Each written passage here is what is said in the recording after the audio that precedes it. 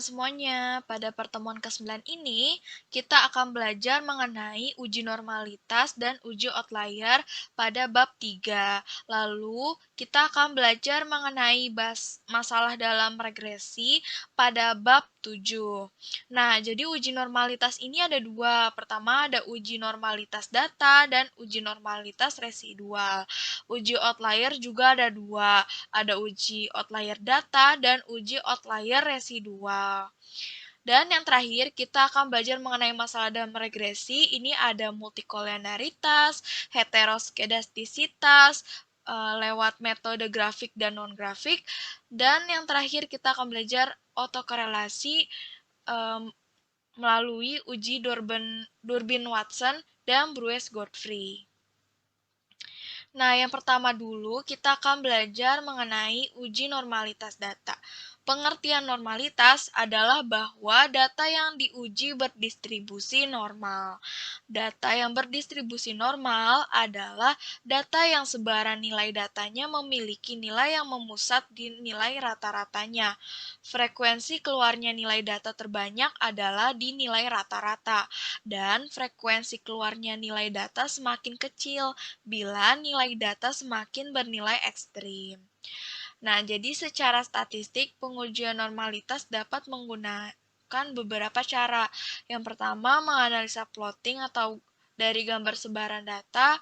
Lalu yang kedua, menganalisa tingkat kemencengan dan keruncingan data. Ini pernah kita pelajari pada materi sebelum UTS, KS-Kewness dan kurtosis. Nah, yang ketiga, dengan menganalisa menggunakan uji Kolmogorov-Smirnov. Oke, kalau gitu kita bisa langsung praktekin ya teman-teman. Pertama-tama kalian buka SPSS-nya dulu, lalu kalian bisa open data. Di folder data statistika, kalian pilih yang descriptive.sav, lalu kalian bisa open. Nah, setelah di-open, kita lihat dulu variable view-nya apakah sudah sesuai semua. Kita lihat tipenya numerik. Nah, di sini measure-nya ada nominal, scale ordinal. Nah, pokoknya kalian sesuaikan ya, teman-teman. Kalau misalnya variabelnya sudah sesuai semua, kita bisa analisa lanjut. Nah, pertama-tama kalian klik analyze, lalu klik descriptive statistik. Kalian bisa pilih yang explore. Nah, di sini dependent list-nya kalian bisa masukin gaji karyawan, lalu ada usia, dan pengalaman kerja. Setelah sudah dimasukkan ke dependent list, kalian bisa klik plots. Nah, kalian centang normality plot with test. Kalian centang, kalau sudah, kalian bisa continue. Kita klik OK. Nah, keluar outputnya. Kita cari, kita scroll ke bawah. Nah, kalian lihat yang table test of normality-nya. Karena kita lewat pengujian Kolmogorov-Smirnov, kita pakai angka yang ada di Kolmogorov-Smirnov.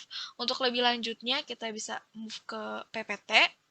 Jadi gini, uji normalitas data ini, hipotesisnya itu dibuat per variabel. Karena kita variabelnya ada 3, ada gaji karyawan, usia, pengalaman kerja. Nah, berarti kita bikin hipotesisnya sebanyak 3 kali. Nah, dari HO-nya, HO data titik-titik berdistribusi normal. Nah, titik-titik ini kalian sesuaikan dengan variabelnya. Nah, lalu HA data titik-titik tidak berdistribusi normal.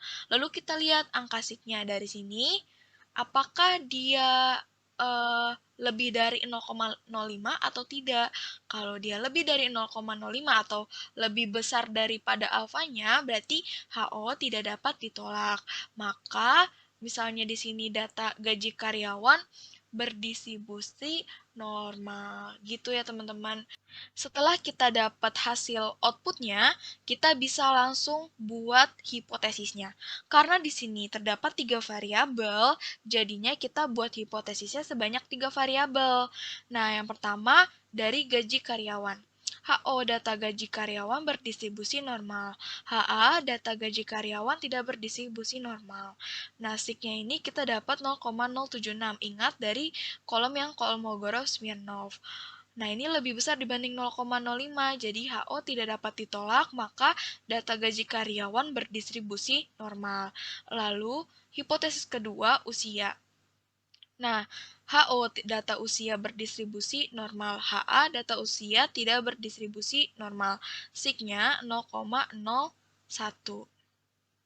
Nah, 0,001 ini lebih kecil dibanding 0,05. Jadi, HO tidak dapat ditolak, maka usia tidak berdistribusi normal. Yang H3, pengalaman kerja. HO data pengalaman kerja berdistribusi normal. HA data pengalaman kerja tidak berdistribusi normal. Kita lihat angka signya dalam Kolmogorov-Smirnov ada 0,002 lebih kecil dibanding alfa 0,05, jadinya, ini HA tidak dapat ditolak. Maka, data pengalaman kerja tidak berdistribusi normal. Jadi, teman-teman, kalau misalnya si Kenny lebih besar dibanding alfa, berarti HO yang tidak dapat ditolak. Kalau signya lebih kecil dibanding 0,5, berarti HA yang tidak dapat ditolak. Gitu ya teman-teman. Oke, lanjut lagi kita ke uji outlier data.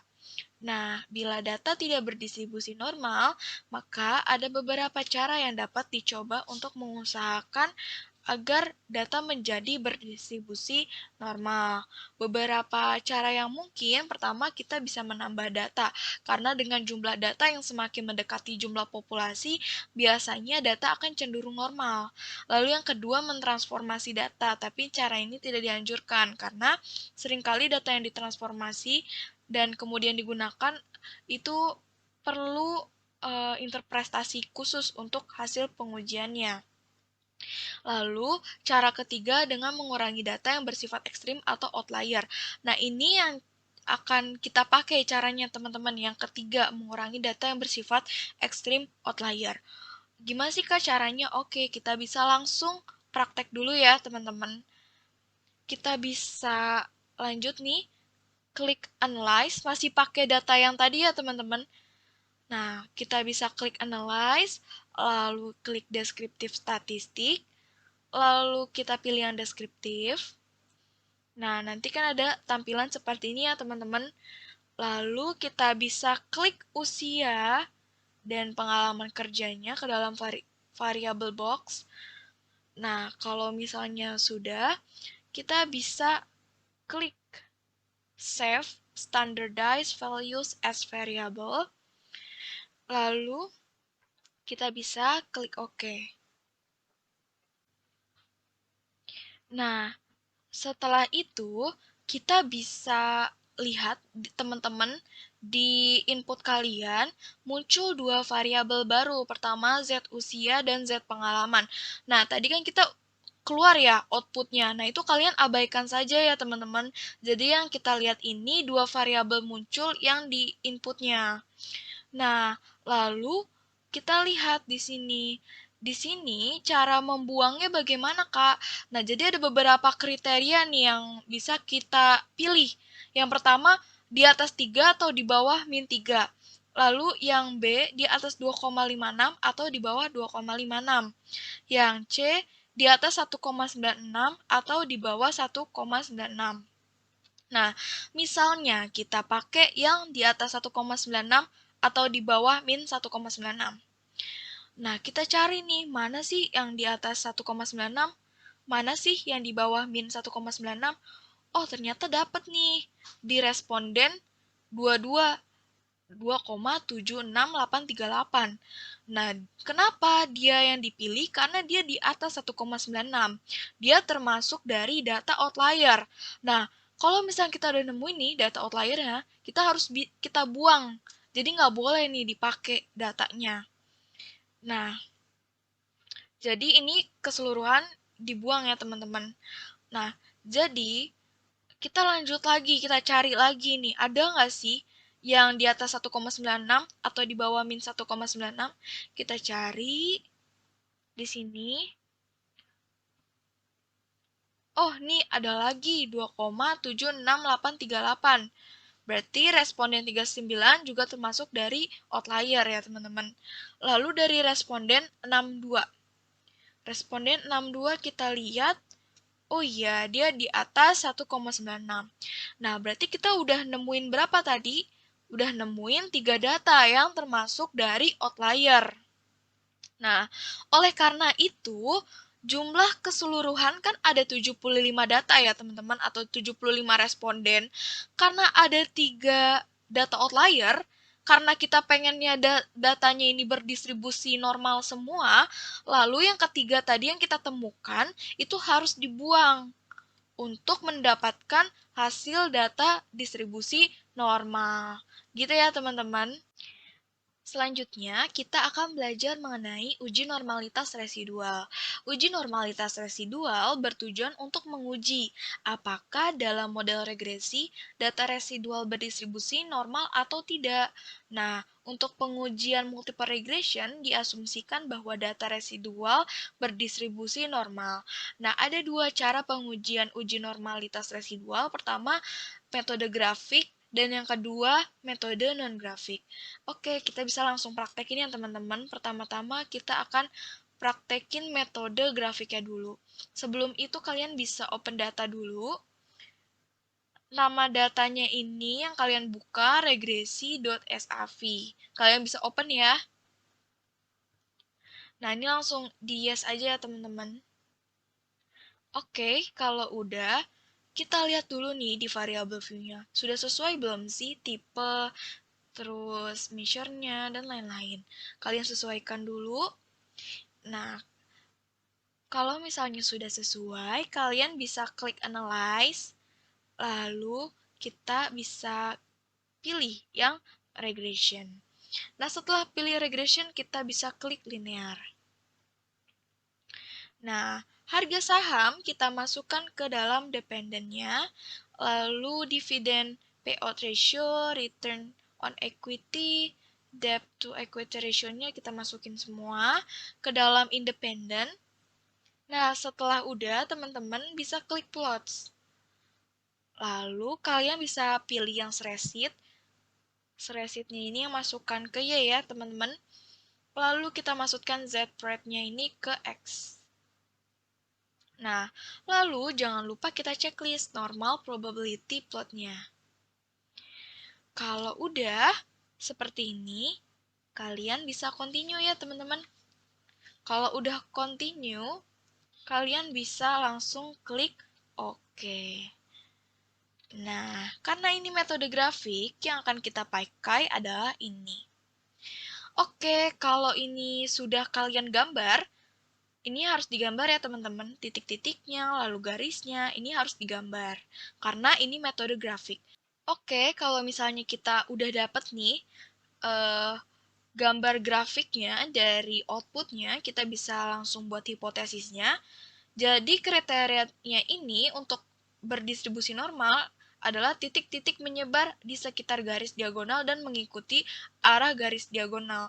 Terus kalian jangan lupa bikin kesimpulannya, data residual berdistribusi normal, sehingga baik digunakan dalam model regresi. Nah, kalian bisa lihat ya, ini titik-titiknya dia mengikuti arah garis diagonalnya. Nah, bagaimana Kak kalau misalnya titik-titiknya ini menjauh atau memencar dari garis diagonalnya? Nah, jadinya misalnya di sini case-nya atau kasusnya ini tidak menyebar ya. Jadi kriterianya tidak menyebar di sekitar garis diagonal dan mengikuti arah garis diagonal. Data residual of course tidak berdistribusi normal. Sehingga tidak baik digunakan dalam model regresi. Nah, ini kasusnya adalah ketika titik-titiknya tidak mengikuti atau menyebar di sekitar garis diagonalnya. Kayak misalnya titik-titiknya di sini, di sini, di sini, di sini. Pokoknya kalau ini kan rapi banget ya, lurus gini. Kalau misalkan tidak menyebar tuh kayak titik-titiknya mencar gitu. Seperti itu ya teman-teman. Oke teman-teman, selanjutnya kita akan menguji normalitas residual dengan metode non-grafik. Tadi kan kita udah belajar mengenai metode grafiknya, sekarang metode non-grafiknya. Masih di file yang sama, di regresi.sav, kita bisa klik Analyze, lalu pilih yang Regression, lalu pilih yang Linear. Nah, ini di reset dulu ya teman-teman. Nah, harga sahamnya kita masukkan ke dependent, DPR, ROE, dan DER. Ini kalian masukkan ke independennya. Kalau sudah, kalian bisa klik save. Nah, di sini residual, pada kolom residual, kalian bisa klik unstandardized-nya. Oke, kalau udah kalian bisa continue. Jangan salah ya teman-teman, bukan yang predicted values, tapi yang di residualnya. Kita bisa continue, lalu kita klik OK. Nah, kita lihat dulu di data view-nya. Nah, di sini kita dapat, atau bukan dapat, timbul variabel baru, res_1. Nah, kalau sudah, kita bisa klik Analyze, lalu pilih yang non-parametric test, kita pilih yang Legacy Dialogs. Nah, terus kita pilih yang One Sample KS, Kolmogorov-Smirnov. Nah, kalau udah, yang unstandardized atau res1 yang variabel baru ini, kalian masukkan ke dalam tes variabel listnya. Dimasukkan, lalu ini udah terchecklist normal ya, pastiin. Lalu kita bisa klik OK. Nah, kita pakainya itu yang table One Sample Kolmogorov-Smirnov test. Nah, sudah dapat outputnya, kita bisa buat hipotesisnya. Oke, nah jadi yang angka kita pakai adalah asymptotic-to-tilde-nya. Kita dapat sebesar 0,200. Sebelum itu kita lihat dulu hipotesisnya. Jika asymptotic-to-tilde lebih besar dibanding alfa, data residual berdistribusi normal. Jika asymptotic-to-tilde kurang dari alfa, data residual tidak berdistribusi normal. 0,200 berarti lebih besar dibanding 0,05. Kesimpulannya, data residual berdistribusi normal. Nah, nanti kalian akan muncul pertanyaan, Kak, apakah ini juga harus ditulis nantinya pada saat kita mengerjakan latihan atau UAS nanti atau kuis nanti? Nah, kalian bisa tulis ya teman-teman, ini wajib ditulis. Ini diibaratkan dengan HOHA, tapi kalau kalian mau tulisnya seperti ini tidak apa-apa. Jadi ini wajib ditulis, ini juga harus ditulis. Seperti itu. Oke, selanjutnya kita akan belajar mengenai uji outlier residual. Kita balik lagi ke modul. Nah, bila dalam model regresi data residual tidak berdistribusi normal, maka ada beberapa cara yang dapat dicoba untuk mengusahakan agar data menjadi berdistribusi normal. Salah satunya dengan mengurangi data yang bersifat ekstrim atau outlier. Nah, ini teman-teman tadi juga udah belajar ya pada uji outlier data. Ini sama aja cara membuangnya. Bisa kita langsung praktekkan. Pertama-tama kalian balik lagi ke SPSS tadi, ke data view-nya. Lalu kalian bisa klik Analyze. Setelah klik Analyze, kalian bisa klik Regression, lalu pilih yang Linear. Nah, lalu kita reset dulu. Kita masukkan harga saham ke dependent, ROE, DER, dan DPR-nya. Kita masukkan semuanya. Kalau ketiga-tiganya udah dimasukkan ke dalam independennya, kalian bisa klik save, lalu pilih yang unstandardized pada residual, lalu kita bisa klik continue, lalu kita bisa klik OK. Nah, udah ada variabel barunya. Sebetulnya untuk cara yang tadi kalian bisa skip. Karena apa? Karena unstandardized di pada kolom residual itu sudah pernah kita klik kan, teman-teman. Jadi kalian bisa uh, ikuti cara tadi atau bisa di skip ya, teman-teman bisa di skip. Oke, kita bisa klik analyze, lalu pilih yang deskriptif statistik, terus kita pilih yang deskriptif. Nah, unstandardized-nya terserah kalian mau yang mana, res 1 atau res 2 sama aja ya teman-teman. Karena tadi kita 2 kali, jadinya kita masukin aja yang res 1 nggak apa-apa. Lalu, kalau sudah, kita bisa klik save standardized values as variables. Ini wajib dicentang. Terus kita bisa klik OK. Nah, kita muncul dzres underscore satunya. Nah, tadi caranya itu kan ada 3 ya caranya. Di atas 3 atau di bawah min 3, di atas 2,5 atau di bawah min 2,56, di atas 1,96 atau di bawah min 1,96. Anggaplah kita pakai yang di atas 1,96 dan di bawah min 1,96. Nah, di sini kita cari mana sih yang di atas 1,96 sama di bawah min 1,96. Nah, ternyata ada dari kode ARNA tahun 2001, dia itu di bawah dari min 1,96. Nah, lalu kita cari lagi outliernya.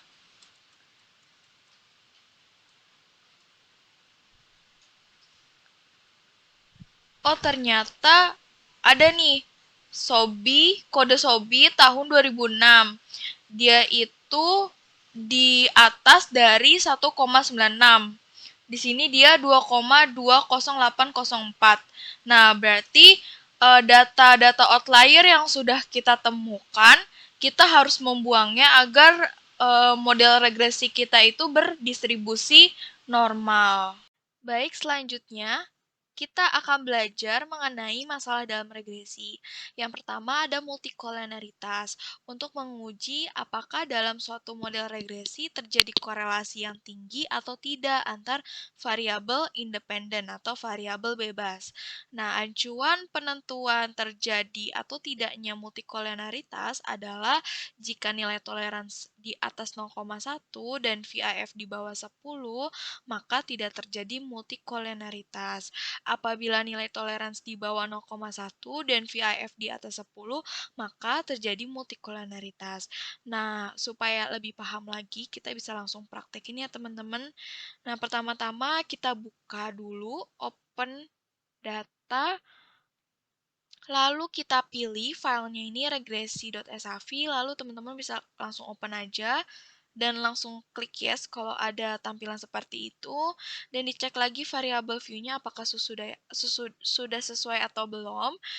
Nah, kalau sudah sesuai, teman-teman bisa klik analyze, lalu pilih yang regression, pilih yang linear, lalu harga saham masukkan ke dependen, DPR, ROE, dan DER, teman-teman bisa masukkan ke dalam independennya.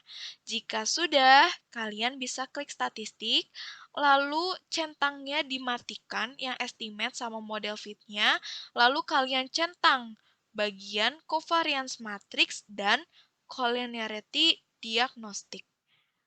Jika sudah, teman-teman bisa langsung continue, lalu bisa klik OK. Nah, teman-teman yang dipakai hanya tabel yang koefisien saja ya. Nah, jika sudah mendapatkan outputnya, kita bisa langsung buat hipotesisnya. Jadi, teman-teman pertama-tama tulis dulu bagian yang dimerahin ini. Tidak terjadi multikolaritas jika nilai toleransi lebih dari 0,1 dan VAF kurang dari 10. Terjadi multikolaritas jika nilai toleransi kurang dari 0,1 dan VAF lebih dari 10. Nah, jadi teman-teman juga perlu harus menggambar tabelnya sebagai hipotesisnya. Jadi, variabel yang pertama DPR, nilai toleransinya berapa? Kita lihat, oh 0,817, kita taruh di sini. Lalu VIF-nya berapa? 1,223. Kesimpulannya tidak terjadi multikolaritas. Kenapa kok tidak terjadi multikolaritas? Karena toleransinya ini dia itu lebih dari 0,1 dan VIF-nya kurang dari 10. Nah, coba kita lihat yang ROE. ROE nilai toleransinya itu 0,860. VIF-nya ini 1,163. Nah, maka tidak terjadi multikolaritas juga. Lalu yang DER toleransinya 0,935. VIF-nya 1,7. Kesimpulannya tidak terjadi multikolaritas. Jika kalian ingin bertanya nih, Kak, bagaimana Kak kalau misalnya nilai toleransinya itu kurang dari 0,1, tapi VIF-nya juga kurang dari 10. Itu jadinya tidak terjadi multikolaritas atau tidak ya, Kak? Nah, apabila tidak memenuhi dua syarat toleransi dan VIF-nya, maka dianggap tidak terjadi multikolaritas. Gitu ya, teman-teman. Jadi nanti kalau misalnya kalian ketemu kasus seperti itu, jadi ditulisnya tidak terjadi multikolaritas. Nah, kesimpulannya, kalau misalnya nih teman-teman, kan ini yang tidak terjadi multikolaritas itu adalah tiga-tiganya ya. Variabelnya tiga-tiganya semuanya tidak terjadi multikolaritas. Cuman, semisalnya DPR doang nih yang tidak terjadi multikolaritas. Berarti kita sebutin dulu yang multikolaritasnya. Jadi variabel ROE dan DER terjadi multikolaritas sehingga tidak baik digunakan dalam model regresi. Sedangkan DPR tidak terjadi multikolaritas sehingga baik digunakan dalam model regresi. Seperti itu ya teman-teman jika menemukan kasus seperti itu. Nah, kalau sudah menguji multikolaritasnya, kita bisa langsung menguji heteroskedastisitas. Nah, heteroskedastisitas ini ada dua metode. Pertama, metode grafik dan non-grafiknya. Nah, untuk metode grafiknya, kita akan praktekkan ya teman-teman. Nah, balik lagi ke data view, lalu teman-teman bisa klik Analyze, masih di file yang sama ya teman-teman. Lalu Analyze, klik Regression, lalu pilih yang linear. Nah, bisa kalian reset dulu. Setelah di reset, masukkan lagi harga saham, DPR ke independen, ROE, DER. Nah, masukkan ke independennya. Lalu teman-teman, kalau sudah bisa klik plots. Nah, di sini Y-nya itu kalian masukkan yang seresit. Untuk X-nya kalian bisa masukkan ke Zpred. Jika sudah, teman-teman bisa continue, lalu bisa klik OK. Nah, di sini teman-teman bisa melihat grafik scatter plot-nya. Nah, setelah kita dapat nih grafik scatter plot-nya, kalian wajib digambar ya. Nanti pada saat mengerjakan tugas kuis atau UAS-nya nanti. Nah, kita lihat dari grafik dari titik-titiknya. Nah, apakah titiknya ini menyebar atau tidak? Kalau misalnya titiknya menyebar dan tidak membentuk pola, maka tidak terjadi heteroskedastisitas, sehingga data baik digunakan dalam model regresi. Apabila teman-teman menemukan scatter plot yang membentuk pola, jadi nanti kalau membentuk pola gimana, Kak? Misalnya, di titik-titik sini dia tuh ngumpul. Jadi nggak menyebar seperti ini, ngumpul. Jadi satu di sini.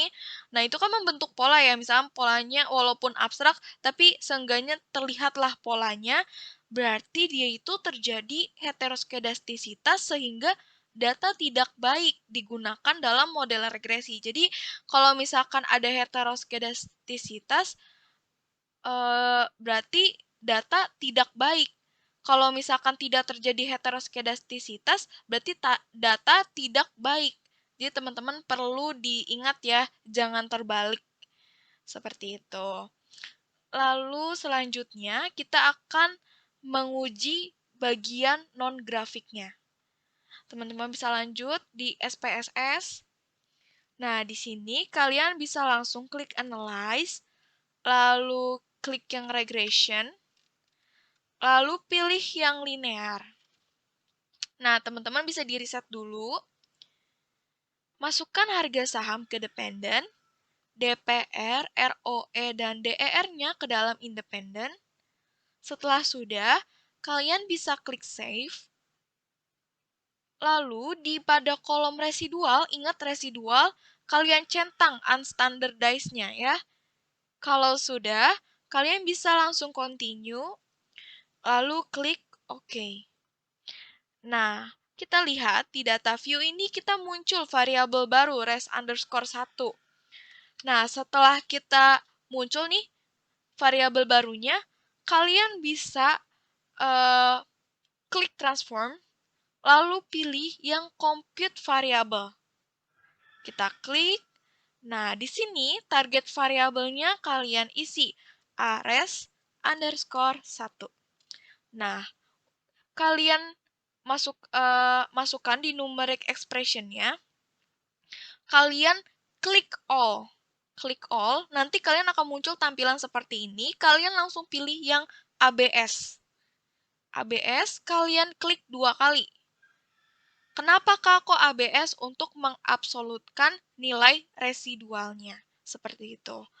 Lalu teman-teman setelah udah klik ABS-nya, teman-teman bisa masukkan unstandardized atau variabel res_1, lalu pilih tanda panah atau double klik juga bisa. Lalu teman-teman bisa klik OK. Nah, kita lihat di data view akan muncul variabel baru ares_1. Nah, jika sudah, teman-teman bisa langsung klik Analyze, lalu klik Regression, lalu klik Linear. Nah, kemudian teman-teman bisa reset. Lalu setelah reset, teman-teman masukkan ares_1 ini sebagai dependen. Lalu DPR, ROE, DER. Nah, ini semuanya masuk ke dalam independennya. Nah, jika sudah, teman-teman bisa langsung klik OK. Nah, jadi tabel yang akan kita pakai adalah yang ini ya, teman-teman. Jika sudah, teman-teman bisa langsung buat hipotesisnya. Nah, karena sekarang kita heteroskedastisitas metode non-grafik, jadinya angka yang kita pakai adalah angka yang di tabel koefisien. Nah, teman-teman ambil angka yang di sini ya. Nah, jadi pertama-tama yang teman-teman perlu tulis adalah ini. Jika sig lebih besar dibanding alfa, maka tidak terjadi heteroskedastisitas. Jika sig kurang dari alfa, maka terjadi heteroskedastisitas. Nah, karena ada 3 variabel, maka dibuat hipotesisnya sebanyak 3. Nah, DPR kita lihat sig-nya berapa? 0,095. Ini lebih besar dibanding alfa atau 0,05-nya. Maka tidak terjadi heteroskedastisitas sehingga data DPR baik digunakan dalam model regresi. Kita lihat yang ROE-nya. 0,889 lebih besar dibanding alfa atau 0,05-nya. maka tidak terjadi heteroskedastisitas, sehingga data ROE baik digunakan dalam model regresi. Nah, lalu yang terakhir kita lihat DER-nya. Oh, 0,001. Tentu ini kurang dari 0,05 atau alfanya. Maka terjadi heteroskedastisitas, sehingga data DER tidak baik digunakan dalam model regresi. Seperti itu. Oke, selanjutnya ini sudah. Kita akan belajar mengenai autokorelasi. Nah, autokorelasi ini ada dua pengujian. Pertama, uji Durbin-Watson. Yang kedua, uji Brouwer-Godfrey. Nah, teman-teman bisa lanjut lagi ke SPSS-nya. Masih di file yang sama ya, teman-teman. Lalu kalau sudah, klik Analyze, lalu kita pilih yang Regression, lalu pilih yang Linear. Nah, kita klik Reset. Di sini teman-teman masukkan harga saham ke dependennya, lalu masukkan DPR, ROE, DER ke dalam independennya. Jika sudah, teman-teman bisa klik Statistik, lalu teman-teman bisa klik Durbin Watson-nya. Ini kita abaikan aja ya, estimate sama model fit-nya kita abaikan. Kita centang Durbin Watson-nya. Lalu teman-teman bisa continue, lalu oke. Coba kita cek. Nah, kita dapat angka Durbin Watson-nya sebesar 0,756. Nah, jadi teman-teman, nanti pada saat mengerjakan tugas atau kuis atau UAS nanti, teman-teman juga harus menggambarkan bukan tabel, gambar Durbin Watson-nya seperti ini ya teman-teman. Jadi harus ditulis 0 autokorelasi positif, indecision, tidak terdapat autokorelasi, segala macam. Ini teman-teman perlu digambar ya. Nah, di sini ada DL, DU. Nah, jadi autokorelasi itu adanya di DL, indecision itu letaknya di DU, tidak terdapat autokorelasi di 2, tidak terdapat autokorelasi ini 4 dikurang DU, DU-nya berapa nanti dikurang sama 4-nya, lalu indecision juga, DL-nya dikurang sama 4-nya, lalu autokorelasi negatif itu letaknya di 4. Nah, Kak, untuk nilai DL dan DU-nya itu dari mana sih, Kak?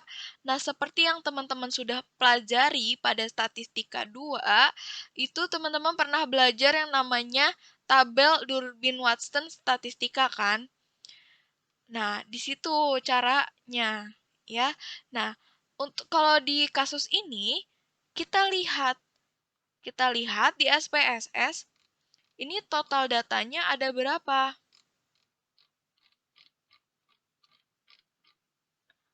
Ada 112.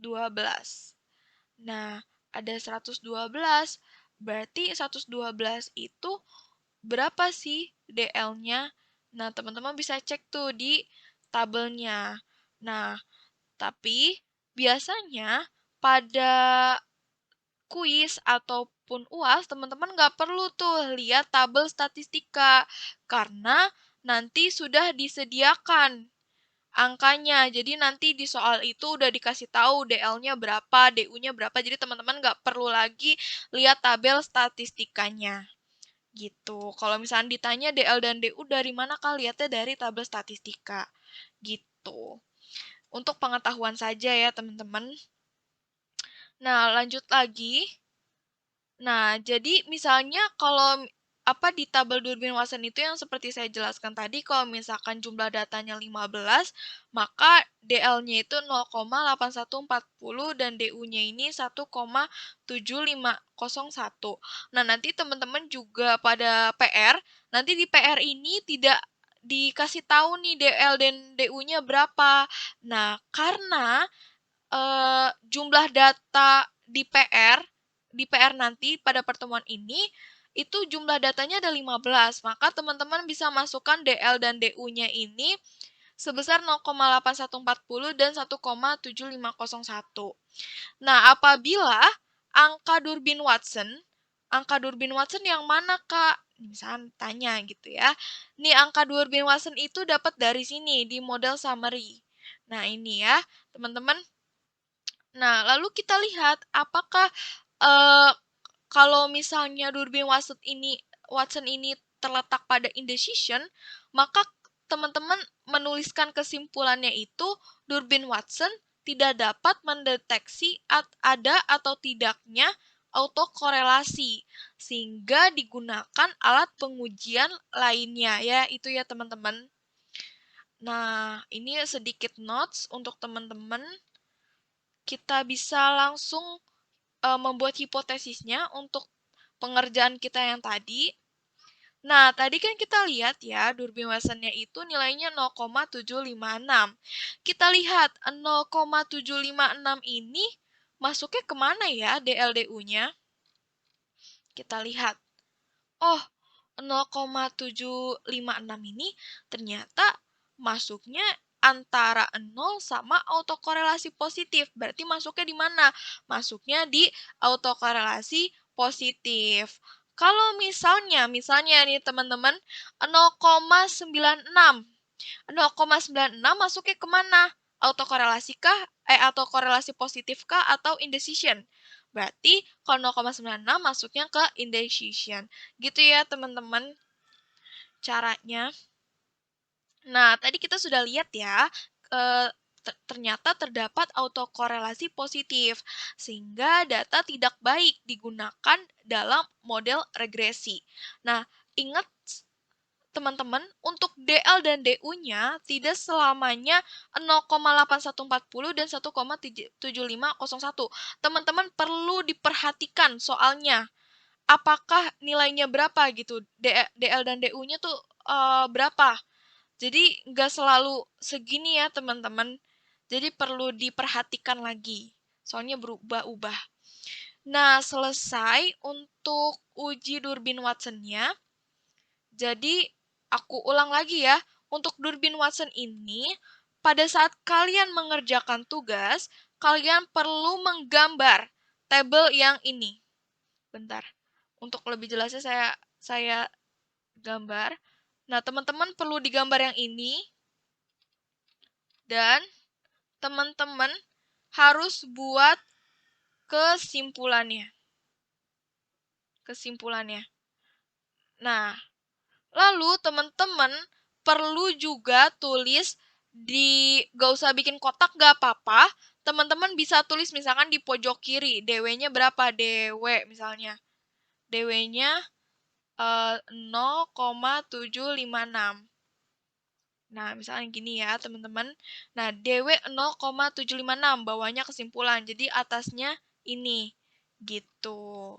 Jadi, 1, 2, 3 yang perlu ada dalam jawaban kalian di uji Durbin Watson. Oke, selanjutnya kita ke uji Brouwer-Godfrey. Nah, uji Brouwer-Godfrey ini kita bisa langsung praktekkan ya, teman-teman. Kita praktekkan. Nah, jadi masih pakai file yang tadi, lalu kita bisa klik Analyze, lalu pilih yang Regression, pilih yang Linear. Nah, teman-teman bisa di-reset dulu, masukkan harga saham ke dependent, lalu masukkan DPR, ROE, DER ke dalam independennya. Nah, jika sudah, teman-teman bisa klik Save. Di dalam Residuals, kolom residual, kalian centang unstandardized-nya. Lalu kita bisa klik Continue, lalu klik OK. Setelah muncul variabel barunya, sebenarnya ini res 2 sama res 1 itu sama aja ya teman-teman. Cuman ini saya untuk sebagai nanti kalau misalnya teman-teman mau nonton videonya pada saat skripsian, jadi step-stepnya itu dari awal banget. Nah, ini karena sama-sama awalnya seperti ini, Jadi teman-teman bisa skip nanti pada saat mengerjakan tugas atau kuis atau UASnya untuk mempercepat waktu. Cuma nih karena saya bikin video nanti pada saat kalian skripsi nanti ingin membuka video ini, jadi masih bisa mengikuti gitu teman-teman. Oke, kalau sudah lanjut kita klik transform, lalu pilih yang compute variable. Nah, teman-teman bisa di reset dulu. Setelah di reset, teman-teman bisa tulis ares underscore 2. Ya, teman-teman lanjut. Di numerics expression-nya, teman-teman bisa sebelum itu klik all pada function group. Nah, kalian scroll ke bawah, ada nggak leg 1? Leg 1, oh ini. Kita klik 2 kali, lalu masukkan res 1 atau res 2-nya juga seterah. Misalnya saya masukinnya di sini res underscore 1, di sini kalian bisa lanjut klik OK. Nah, kita lihat muncul variabel ares underscore 2-nya. Lalu teman-teman bisa lanjut klik analyze, lalu klik regression, lalu klik linear. Kalian reset terlebih dahulu. Setelah sudah di-reset, teman-teman bisa masukkan unstandard residualnya atau res satunya ini ke dalam dependent, karena pada di transform tadi kan kita masukinnya itu lag res underscore 1. Nah, berarti di sini kita masukinnya res underscore 1 juga. Nah, lalu teman-teman bisa masukkan DPR, ROE, DER, dan jangan lupa masukkan ares underscore 2 yang sudah kita cari ya tadi di target variabel. Nah, di sini udah semuanya. Kalau udah semuanya, kalian bisa klik OK. Nah, teman-teman yang dipakai adalah tabel koefisien nilai sig-nya ya. Nah, kalau sudah dapat outputnya, kita bisa buat hipotesisnya. Nah, jadi jika sig lebih besar dibanding alfa, jadinya tidak terdapat autokorelasi. Jika sig kurang dari alfa, maka terdapat autokorelasi. Seperti itu. Nah, jadi teman-teman dilihat. Nah, lihatnya yang mana aja, Kak? Jadi pertama kita lihat ini dulu. Ini kita kuningin. Nah, kita lihat. Oh, sig-nya 0,000. Tentu berarti ini kurang dari alfa atau 0,05. Kesimpulannya adalah terdapat autokorelasi sehingga data tidak baik digunakan dalam model regresi. Nah, kalau hasilnya terdapat autokorelasi, jika hasilnya terdapat autokorelasi, maka kita buat kesimpulan yang kedua. Yang manakah angkanya? Yang ini. Nah, jadi B sama dengan 0,644. Kesimpulannya, terdapat autokorelasi positif sehingga data tidak baik digunakan dalam model regresi. Kak, itu tahu autokorelasi positif dari mana? Oke, kita cari ya. Nah, jadi kan tadi kita lihat ya bahwa B-nya ini 0,644. Kita lihat. Oh, 0,644 berarti adanya di mana? Adanya di antara 0 dengan autokorelasi positif atau 0,8140 gitu ya teman-teman, gampang kan? Nah, oke, kalau misalnya udah semua, teman-teman bisa lihat untuk PR-nya pada pertemuan kali ini halaman 95.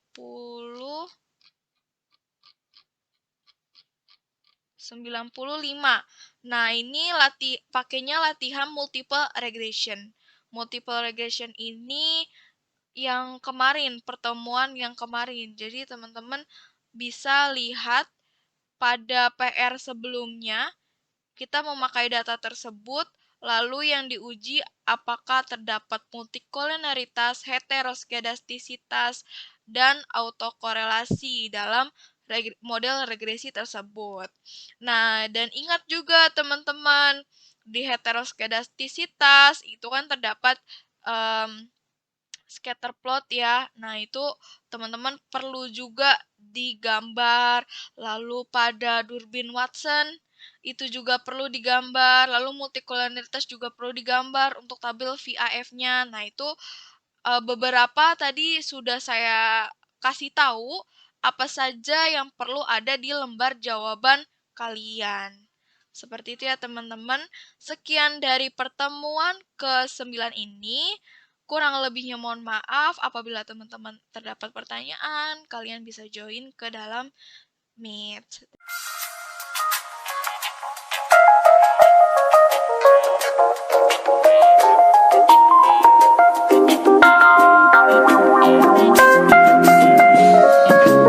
Do you love me back?